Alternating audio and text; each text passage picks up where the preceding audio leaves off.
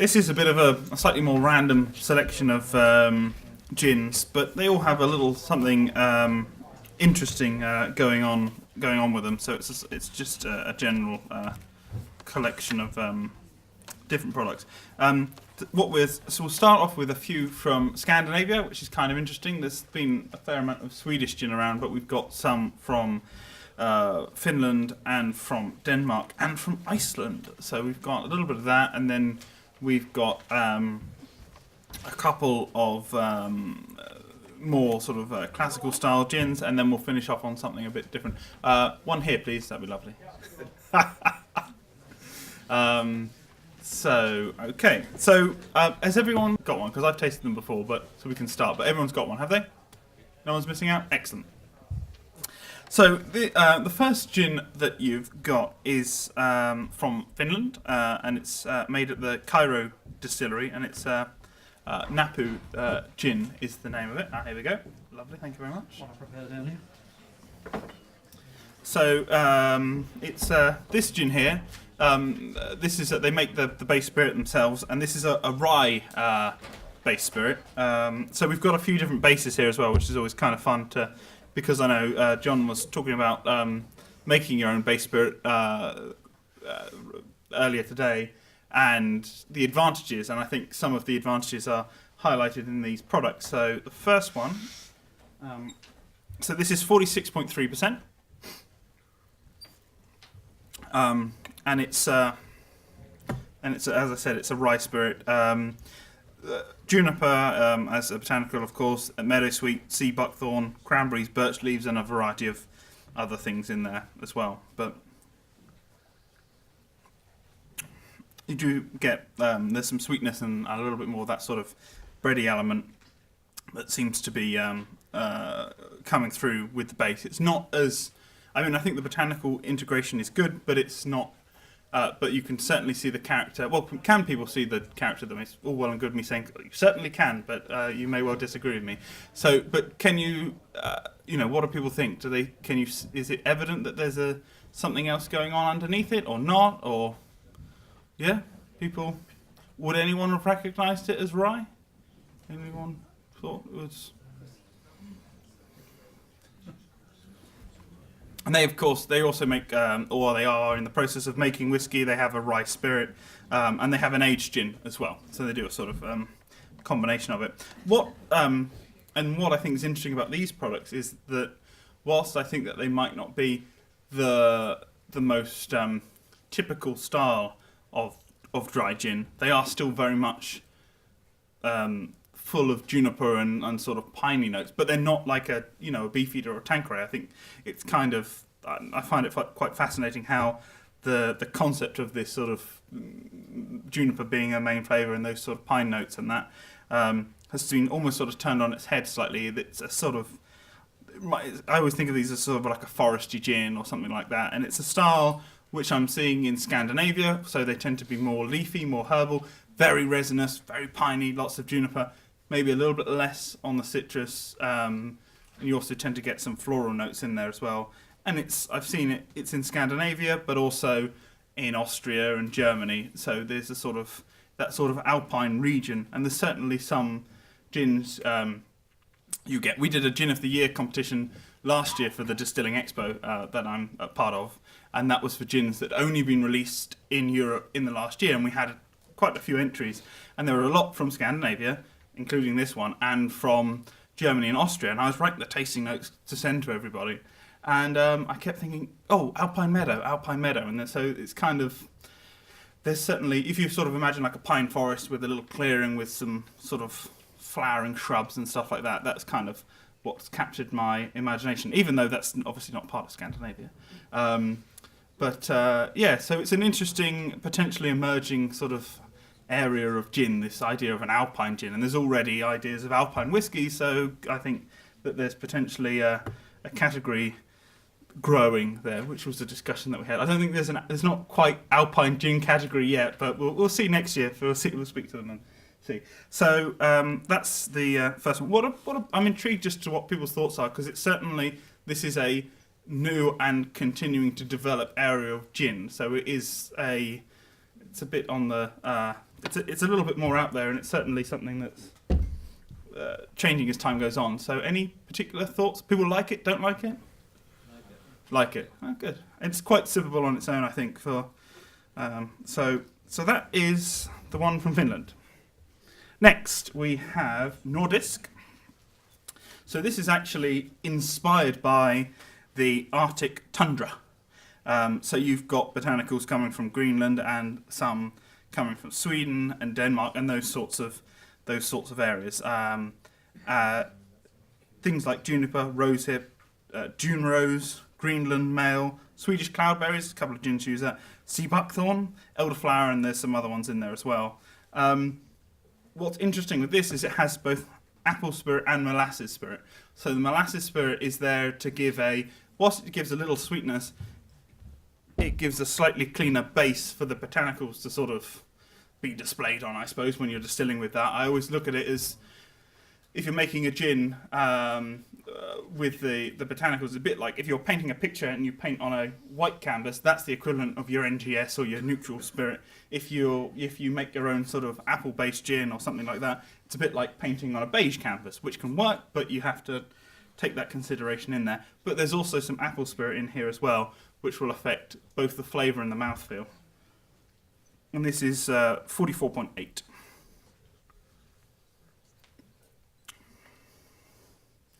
I think certainly about sort of 2/3 of the way through, I think quite a lot of those apple notes come through. Although again, I get some breadiness and then a slight lingering sweetness with some spice, which reminds me a bit of a stewed apple and things like that. Are people picking up on the apple on that? I think it's a pretty good example of how apple flavours come through. There's another gin called Crystal Gin, which is made in Ireland, and they were predominantly apple spirit distillers, and then when they made their gin, they had an apple base on that, and that's very good as well. And that really shows the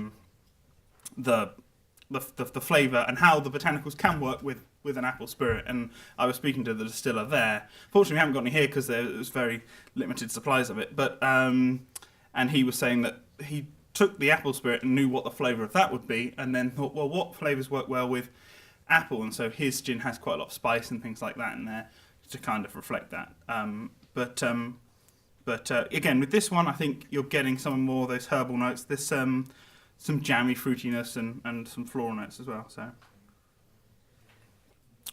something I really quite like. It's a little bit more intense. I think it's less smooth than the previous one, but it's certainly got a good intensity of flavour. So yeah. Any thoughts on this one? I know it's slightly different. Yeah? Different? Yeah. Okay, so then we move on to Vor. So this is from Iceland. It uses Icelandic organic barley. And the distillery here, they make a gin, an aged gin. They make an excellent aquavit as well, and they're in the process of making whiskey. And the whiskey that they're making, I think it's only 2 years old at the moment, so it's not whiskey yet, but it's getting there, is smoked, but they use it with sheep dung. Smoked sheep dung is what they're using for the whiskey. Luckily, it doesn't come through too much in the flavour. I've only had it at 2 years old, but I was certainly intrigued as to the flavour profile and to try it. And it was one of the more popular products. I think we were at an event and the chap had his whole range there, and people were just milling around helping themselves. And always, I think, a fun way of testing which product people like best is which is the one that's empty first. And I think the sheep dung whiskey went down pretty quickly. Well, whiskey, I suppose, went down pretty quickly. Followed by the aquavit, actually. That did very well as well. But the gin is also very good. Juniper and Angelica, so good standard. Angelica giving some dryness there. Birch leaves, rhubarb, very popular flavour at the moment, rhubarb. Crowberries, creeping thyme, kale, sweet kelp, and Iceland moss. And this is 47% ABV. Very high taxation in Iceland. So I can't remember. I know Nicholas bought a bottle of this back from Iceland when he went there, and it was hideously expensive. Luckily, they were kind enough to provide us with some samples. Number 3, there we go. So I think the barley's giving it a really nice softness, a slight creaminess. There's a real smoothness in terms of the texture. Quite a lot of the coriander and citrus really comes through on this as well. But then towards the end, more sort of floral lavender notes, and then a bit of sort of pine blossom or something like that. So keeping that one in mind, and then moving to the I actually haven't got the bottle here. It looks very similar. It's just slightly. There we go. Thank you. Timing is everything, isn't it? There we go. Brilliant. Thank you very much. So then moving to this one. So we were talking a bit about barrel aging earlier. This is aged for a few weeks, very much a case of when it's ready, in new charred oak barrels. It's the same gin. It's just been aged. So you can see how the flavour profile goes between the two, between them being aged. So I know it's a little bit harder for you because you've got to balance it on your laps, but if you can sort of have a taste of the two, it's and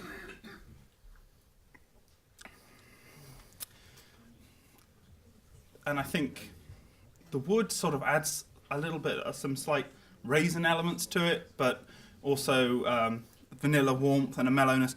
And it's kind of, I think as an aged gin it works very nicely. But in some ways, it's not surprising because it's a barley base, and barley is the base for many, many whiskies, and of course that they work really well when they interact with wood. So it's not not that surprising that it does work. I remember speaking to him last year, and he was talking about, maybe I should age it or not. And I said, well, with the barley base, you've got to try it because, and that's the fun thing as distillers about doing aged projects and having the creativity to do these little things is, it's the cost of getting the barrel and the spirit to go in it, and that's it. And you can just do one barrel and experiment with it and see what happens. I was teaching a distilling class 2 weeks ago in Ireland, and someone said, well, what would you do if this particular issue happened with your gin? It didn't taste enough like something else. And I thought, well, depending on what you're thinking, you could always put it in a barrel and then see and experiment with things like that. And that tends to be, nothing's wasted. You can kind of experiment with it and see how you can make other products from it. So what do people think of those two, particularly doing the comparison between them? Any thoughts? The second one feels kind of warmer, and I would rather drink it in the winter. Mm-hmm. Yeah, I think that's a fair point. And the first one was clearer and fresher. So yeah, I think that's a fair point. I don't actually know when this particular bottle here, when it was aged, because it's only for a few weeks, but that's going to make a difference depending on whether it's the summer or whether it's the winter. I tried, actually I mentioned the Navy Strength gin tasting I did, didn't I? The same day we went to another distillery to do an aged gin tasting. At the time there was only about eight aged gins out, and we had gins that were aged both for 90 days, exactly the same gin recipe, kept in the same place. But they were both aged for 90 days, one in the summer, one in the winter. And the difference, because there was no climate control or anything in the warehouse, was quite significant, actually. And a lot of difference in temperature. It was Brooklyn, so, hot in the summer, much colder in the winter. And the one that was aged in the winter was a much lighter colour, more of the citrus came through. It was a lighter flavour and brighter flavour. Quite good for the summer, really, long drinks, things like that.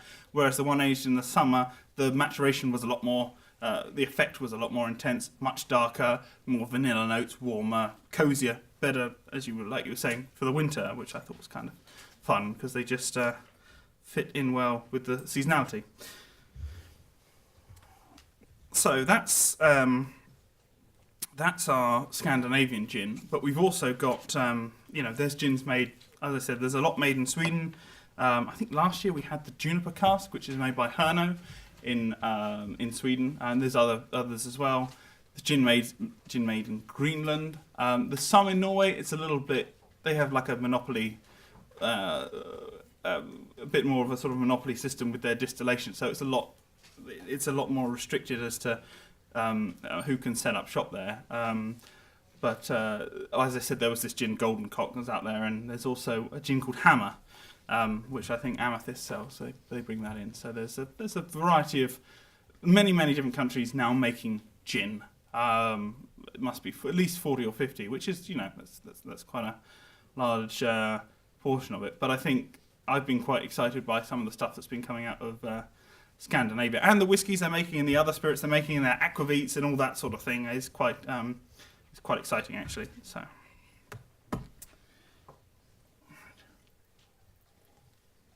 Has anyone tasted much aged gin before? I know we had some earlier today. Other than what we had earlier today, has anyone drunk much of it before? Not a huge amount. Anyone? Has anyone drunk it before? Has anyone bought a bottle? I suppose is really the main question. Anyone actually purchased a bottle? How did you drink it? The guys that slowly. Bit of ice. Bit of ice. Yeah, just as a sipper. Okay, so that's yep. Have you had Strathern gin? I have. Yes. Yes. It's oak, but it's oak, but it's not aged. Yeah, I mean, we didn't get into it, and actually, I'm sort of, I realise I'm sort of ahead of myself here, so we can talk about it a little bit. But I didn't get into it too much beforehand because we were a bit pressed for time. But yeah, there really is there's the difference between things being aged, and I mean, can you age something for 3 or 4 weeks? I mean, that's why I'm a bit more of a fan of a term like matured gin, rather than moving away from talking about age and more about talking about the maturation. But yeah, yes, because they use chips, and some people use staves, and some people use these twists, and there's a whole. I was at when I was at a distilling the ADI conference in Kentucky. They gave us these little, about an inch long, little spirals of wood, and you just put it in a bottle and you leave it for 2 weeks, and it ages the whole bottle, which is kind of an interesting concept. Not used mine yet, but it's kind of a, So there's a lot of variation depending on how big your barrel is as well. I mean, there's like the yellow gins we were talking about previously. They were really large. I mean, sometimes they were barrels, sometimes they were vats that they were kept in. So it was a definite sort of difference there. And kind of as I was alluding to earlier, I'm kind of up for all of it. If you're clear about what you're doing, I think that's important. And you can certainly have some flexibility. But there are, as I mentioned, some people using juniper wood. More than one. There was John in Herno was doing it, but there's also another guy in Ireland that's got some juniper wood that he's got in barrels. So certainly some other interesting things going on there with that. Has anyone else got any questions at this stage? Oh, okay, we'll move on. So we're now on to number 5, which is Daffy's Gin. It's a relatively new product added. So here we go. That's the bottle there. You've got it's a neutral grain spirit. It's 43.4% ABV. Juniper, coriander, angelica, lemon, orange, and orris, cassia, and Moroccan mint. So it's that mint is kind of the slight difference on that one.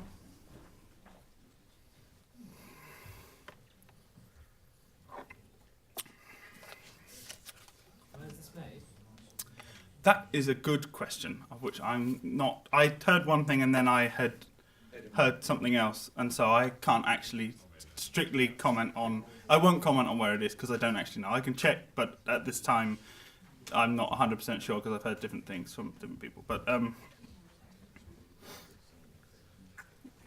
no one's here from Daffy's, are they? Because you could just answer the question if you were here. But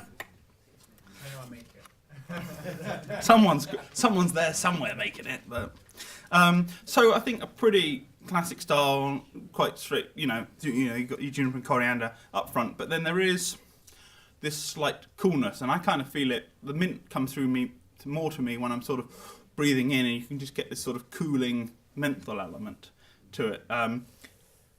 When you mix it with tonic and things like that, I think it comes through even more, which is kind of interesting. So. And I've never really ceased to be amazed with how, when you're mixing a gin in martini or gin and tonic, or even a Negroni, such bold flavours in a Negroni, but sometimes there are certain characteristics that come out of a gin only in a Negroni, which never ceases to amaze me. So then that's always when I'm evaluating gin, I always like to try it in a few different drinks, not just because that's how you drink it, but also you can get a better idea about a gin. You can't, it's difficult to get an idea just from having a tiny little sip. You need to play around with it a bit to get a really good idea of what's going on.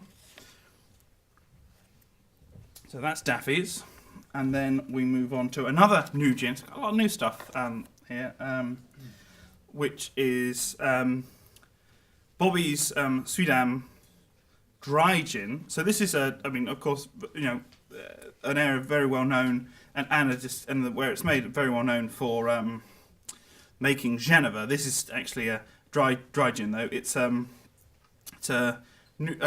grain base. Juniper, rose hips, clove, lemongrass, cuba berries, and some other botanicals, and they're distilled separately. So, and so that's kind of the interesting thing with this, is that each of the botanicals is distilled separately, and then they would then be blended together. There are other gins that do that. Sacred, as an example, do that. Some gins do batches. They might do all the citrus together, or Sloane's is another example of a gin that's made this way. And the people that do that, they tend to cite the fact that they can get a slightly better balance together from when they blend it in. It varies, because there's pros and cons for both methods of distillation. Some people say you get a greater intensity doing it all at once, and so it just kind of varies. And there's also what method you're using for your distillation. So Sacred, for example, they use vacuum distillation, so that will make a difference as opposed to if you're doing it all via the pot. So it makes a difference. And here we go. Has anyone had a taste of this one? Bobby's, yeah. This is number 6. Yeah, thank you. Yeah, number 6. Thoughts? Well, it's very nice that the cloves and the lemongrass completely hide the juniper. Strong The lemongrass. question is, does that mean it's a gin? Well, luckily we have. Well, I wouldn't comment too much specifically on one gin, but it's an ongoing conversation as to whether the line is. I go back to that it needs to be clear to the producer, to the consumer, where the style sits. For me, as long as I can taste the juniper in there somewhere, then that for me is sufficient. But that's my own personal view. Other people will disagree with me, and that's fair enough. But actually, to find a gin that, via the EU definition, is predominantly juniper, I think is tricky. But then it depends on what your definition of predominant is. Because for me, that means that that's basically all you should be able to taste, pretty much, and everything else is very marginal. And I think it's hard to find a gin that really tastes like that. But then that's only an interpretation of a word based on me. If you've got a juniper distillate, sure, fine. And there is a gin. Has anyone tried? I'm going to butcher the pronunciation. Maca from Glasgow. Is that how it's pronounced? Yeah. Maca. My apologies. Has anyone tried that one? Yeah. Really intense. Really, there is no question that is a juniper predominant gin. It is heavy and piney and resinousy and very good. Very, very for that style. But there will be people who won't like it because it will be too intense for them. They'll say it tastes like Christmas trees or something like that, and they won't like it. But for me, it's a very good example. That's the gin that's currently in my fridge. So we're making our way through it. So there we go. My wife's become a fan of gin and Dubonnet. I don't know what. She's like Her Majesty, I guess. Yeah. So she's been on that recently. But although I'm more of a fan of shaking it rather than just stirring it, because I like a little of the aeration you get from the shaking. But, sorry? I forget. There was like a little royal wave over there, wasn't it? Yeah, and to the people at the back. There we go. Well, there you go. I'm glad I'm entertaining someone at the back there. There you go. Okay, so anyway, yes. Anyone else want to chime in on when there's not enough juniper and gin whilst we're there? Why? I know someone at the front. He's looking like, I really want to say something. Move on. Okay. Oh, sorry. I'm sorry, I missed you. Because Chase do a single botanical. They do. /gin, They do. Yeah, I like that. I think it's very good. Because it's double-sided, the label. It's got juniper vodka on one side and then single botanical gin on the other. Yeah, I think it's a Quite good. interesting. I think it's a good product. I mean, and there's also this series that Master of Malt did, which was the Origin series, where they got juniper from. I think in the end it was like 6 or 7 different places, and it needed to be able to be sourced from 100 square mile or something like that. And interesting that some of those spirits that they've done, and you can add the botanicals if you want, but I've only ever drunk them as the with just the juniper spirit. And there's a lot of complexity in those. It's about choosing the right botanicals, choosing quality with the juniper. There was a judging I did quite recently, and the gin did one of the Origin gins did exceptionally well. And I don't think anyone on the panel picked it out as being something on it. I mean, they picked it out as being very junipery, but I don't think anyone picked it out as saying, I think this is just juniper, because there was that much complexity. I think it's the Netherlands one, maybe the Croatian one, if memory serves. They're the two that seem to have quite a lot of complexity, which is kind of interesting. But yes, I know the Chase one. I think it's quite nice. Not tried their new one, their citrusy, extra citrus one, which would be kind of fun, but not yet tried that. Okay, and then we'll move on to the last one, which is the Sacred Christmas Pudding Gin. Now I know it's rather unseasonal. It's just how many more shopping days are there? No, but they've been making it for about 2 or 3 years, but they've really improved the process that they use. This is like one of the last bottles that at least they had, so that's very nice of them to bring it, let us have it. But it's a slightly out there, different process to making gin. It's based on their standard gin recipe. It's 40% ABV, neutral grain spirit. As I said, each botanical distilled separately and distilled under a lower pressure. It's not. I mean, you can't really have a partial vacuum, I suppose.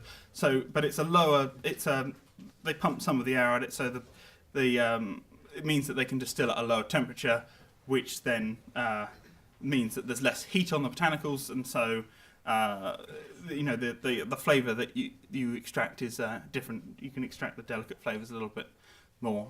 There's various, but with this one, so they make their normal gin and they blend it together, and then they redistill it twice with Christmas pudding. Twice. So they redistill it once, and then they take the sludge and then they distill it again, and that's the product that we've got here. So if you've already tasted it, have you? What are people's thoughts on this one? Christmassy. Does it taste like Christmas pudding? It does. I mean, I was amazed because I had the first one, and the first one was good, but it was harder to really get those flavours out. Whereas this, and in a gin and tonic, even more so, the Christmas pudding flavours really come through. I really like it. I love Christmas pudding, so for me, this is sort of a combination of two things that I really enjoy. But it started because they made this Christmas pudding, and they had some left over. So it was just like their Christmas pudding for Christmas Day, and they had some left over, and they thought, we won't throw it away. Let's try some Christmas pudding gin, and they sold it in very small bottles to start with, and that was actually how I first met Ian Hart, who's the distiller. Was when I got my first little bottle of that. So just goes to show that there are a lot of interesting ways that you can sort of approach gin, still being true to the core of gin, and I think it's a great idea, and I think it's lovely to see also how the product has evolved, and how that and that's what Ian's like. He's constantly improving how he makes his product. So I couldn't specifically tell you exactly how the product's made now, because he's always tweaking it, and the difference between hot distilled juniper and cold distilled juniper, and all these very fine things he looks at, which is quite fascinating, I think. So people like it or not? Yeah. Does anyone here not like Christmas pudding? And do you like the gin? Oh, you like the gin? Okay, well that's good. That's something. So, thank you very much, everyone.